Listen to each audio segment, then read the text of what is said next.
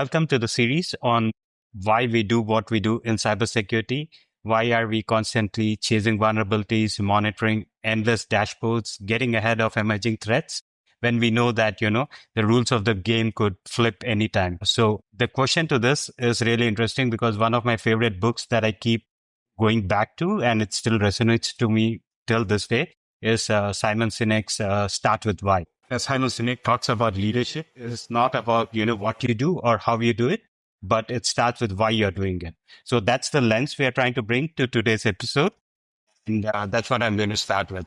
With Black Hat right around the corner, I thought that, this would be the right time to focus on our partners who are doing some incredible, innovative solutions out there. And this kind of innovation is something that is kind of changing the shift from a reactive approach to a more proactive approach. Our guest today is Venu Rao Koyada, CEO and co-founder at Strobes. Venu's built his mission around helping security teams move from reactive approach to a more proactive approach through continuous threat exposure management, risk-based vulnerability management. We'll explore why that matters, what it looks like in action, and how purpose-driven innovation can really change the game for CISOs. So let's jump in. Venu, welcome to this humble podcast. Very happy to have you here. I want to jump the gun and quickly ask you, what's your why? Tell us a little bit. Talk to us about Strobe's journey. How did it evolve? How did it start? Sure. Thank you, Vinil, firstly. Appreciate that I'm here. And yeah, blackout is around the corner, and the security is the hot topic. AI in security is another thing that's picking up the pace. So why Strobe? So basically, we started as a cybersecurity consulting company back in 2016. We were doing all offensive security services, and then probably kind of a eureka moment happened in 2019, wherein majority of our customers were facing challenges in the vulnerability management space. They are bombarded with tons of vulnerabilities coming from various sources. And we thought, not just from an offensive security landscape of doing some consulting, but let us solve some real problems in the vulnerability management space. And that was the stepping stone for Strobes. So the why is not just our customers. The entire industry is facing issues with the vulnerability management. So many scanners out there and tons of vulnerabilities that they need to triage in real time. And that's the biggest challenge we want to solve. I think we see that a lot happening, with teams being overwhelmed with the number of alerts that are there. So was there a moment or, you already talked about the pain point about customers having a lot of alerts and too much noise in there. So how do you overcome that particular challenge, especially with your product in there? How are you trying to solve that? See, one of the most memorable moments was when I think it's a health tech company came to us drowning in the vulnerability noise. So they had multiple scanners. They had container code, cloud, infra, and they were sitting over 100,000 open vulnerabilities across different tools. Wow. Their security team was frustrated. Engineering team was overwhelmed, and leadership team had no idea what's actually happening. They were like, hey, we are running all the scans, but still we are blind to what really put us at risk. That is where we really wanted to, get into from a vulnerability management to a CTEM journey is we want to unify the signals into one single CTEM dashboard. No more jumping between different tools here. Cloud security tool, container security, code security, multiple scanners. So no jumping between tools or spreadsheets, one unified dashboard. Then we applied our risk-based engine or, the prioritization engine. In 100,000 odd vulnerabilities, probably came down to about 300 or 400 vulnerabilities that were actually exploitable, high impact, relevant to their business critical machines.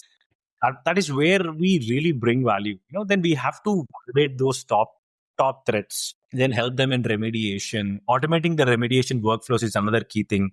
So this is where, I remember that one of the early customers in the health tech space, wherein we literally sat down with the leadership team and engineering team and solved these problems. So you have worked with DevOps teams a lot. You have been focusing on the shift left security culture. What I've noticed is people have a set way of doing things. And then when you bring forward this philosophy or this method of doing things, which is more effective, there is a certain level of pushback. How do you deal with that? That's one common scenario where we see these pushbacks when security teams try to roll out the vulnerabilities, prioritize vulnerabilities, and engineering leaders say, hey, everything is priority. We just can't fix these 500 issues in this sprint. It's a common thing. So I remember, I think it's one of the mid-sized financial services company or a fintech company. Their vulnerability backlog was huge, and the development teams were, as usual, frustrated. There's always tension between the AppSec team and the engineering team. Especially the security reports are not actually is a common complaint. So how we align with the teams is like, we reframe the entire language. Instead, talking about vulnerabilities, we talked about exposures that impact the business critical applications that could exploit it today.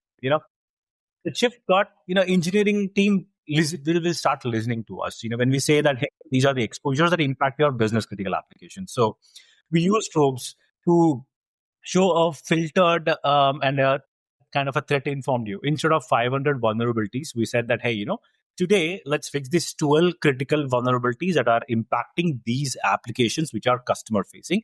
And if anything gets exploited, there is a huge loss to the company. So down that, even, as I said, initially it was 500 issues that they were supposed to fix it in that particular sprint, but we brought it down to 12 or 15. I don't remember, but yeah, because we wanted to show them that why you need to fix this vulnerability in the first place. It's not that a system is giving you, but we will tell you why. And we have those prioritization mechanism, 15 different parameters that we use in real time or correlate in real time and tell them that. So we put that risk context into the development workflows. Then we come up with the SLAs together, saying that, hey, okay, score is 800 and above. It needs to be fixed within 8 hours or 12 hours based on, is it a business sensitive asset carrying PII, transaction data, and so on and so forth. Basically, we also need to understand that engineering team is already busy with a lot of things that push. So security cannot be an overburden for them. So we need to talk. Exactly. Security should never be a hindrance to the business. It should be an enabler, business enabler rather than a hindrance. Absolutely. The They should moment, talk in their engineering language. I'm sure yeah, that. exactly. Yeah. And I think, I mean, like everyone wants to help and collaborate together. I think this conversation is very important and it helps this cross collaboration between, AppSec and DevOps. I think that's a very great thing.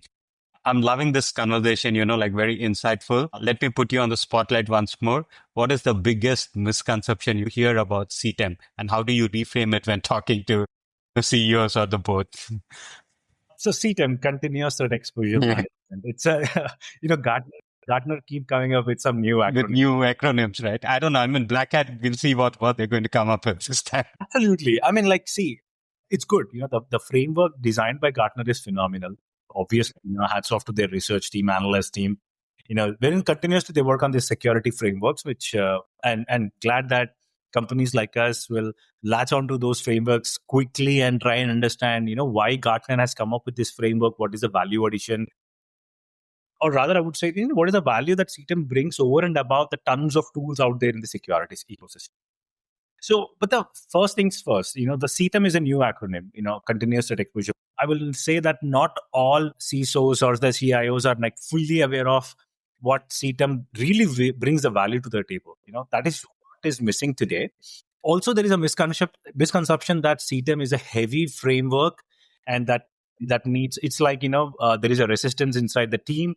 If we have to bring in a new framework, we need to stop what we are doing today, or, there is a learning curve. All these kind of things or misconceptions are there in the industry today with respect to CTEM, that it is an enterprise-ish framework. It takes not just weeks, but months or sometimes year to implement CTEM in their organization and so on and so forth. So that's the biggest misconception, Vinil. But thankfully, from our standpoint, Strobe, CTEM is, though it is one single huge framework, but we have released it in such a fashion that customers can pick a specific module to start with, and we help them in that CTEM journey. So we will not say that you implement CTEM today and it takes about 6 months time to thoroughly implement, and your team will be full-fledged functional on the CTEM platform. No, we are not saying that. We're saying that, hey, you start with attack surface management, or you start with cloud security posture management within the CTEM framework, and then slowly, based on your need, add on different modules. And in that way you can completely get into the CTEM framework designed by Gartner through Strobes in a period of time. That's how we differentiate.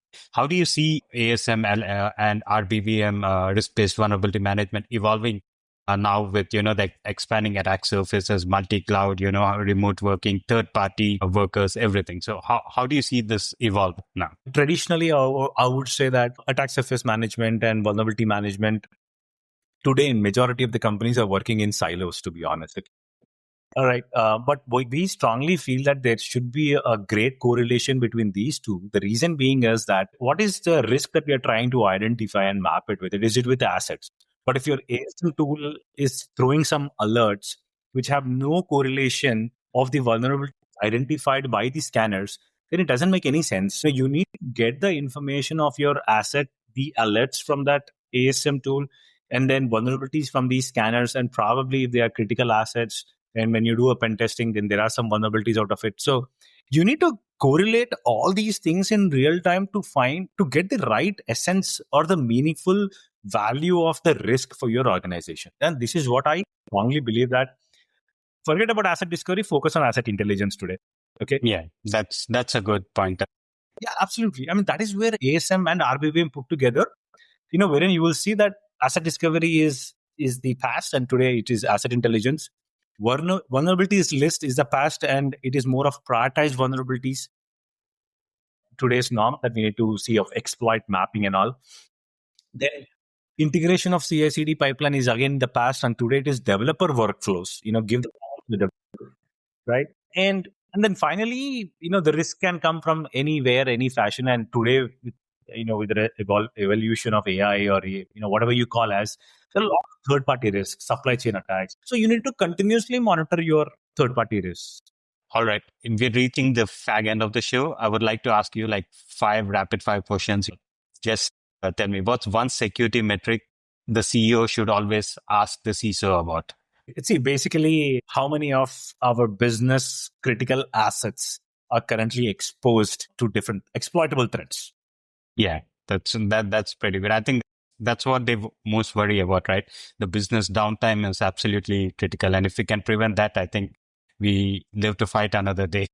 Yeah, it's not the number of alerts or not patch rates, but actual exposure that could impact their customers and operations. That is Yeah, what that's we need true. to know. And the most common mistake in vulnerability management right now. Most common is don't treat all vulnerabilities as safe. Though vulnerability is CSS score 9, it doesn't mean you need to fix it. So please have the risk element or a parameter to prioritize vulnerability. So not all vulnerabilities are safe. Yeah. And one emerging threat trend that needs more boardroom attention, in your opinion. The weaponization of APIs and SaaS misconfigurations. And why is that? See, today businesses rely more on third party, like I said, third party platforms, supply chain attacks are common. So attackers are now moving beyond endpoints and into logics and identity layers. So most organizations, even they are not monitoring their attack vectors properly. Yeah, and that's absolutely true. This one, there's a very interesting question I wanted to ask you. I was just saving it for the last. Favorite automation feature in the Stropes platform? You can't say all of it. You got to pick one.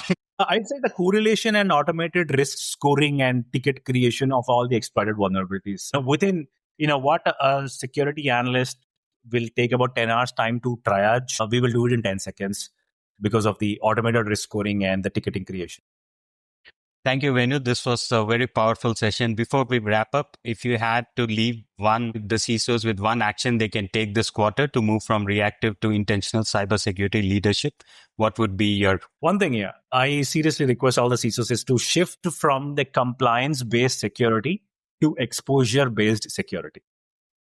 Because you are compliant doesn't mean you're secure. And you have that mindset to exposure-based security, because you need to, could this be exploited today, and how fast can I respond to it, is what Yeah. the mindset should. I think that change is happening.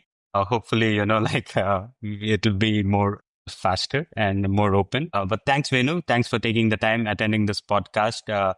Guys, if you want to follow Venu on LinkedIn, I'm posting it here. You can also follow strobes.co, to check out and learn more about CTM and RBVM. Thank you, Venu. Thank you so much for your time. Thank you so much.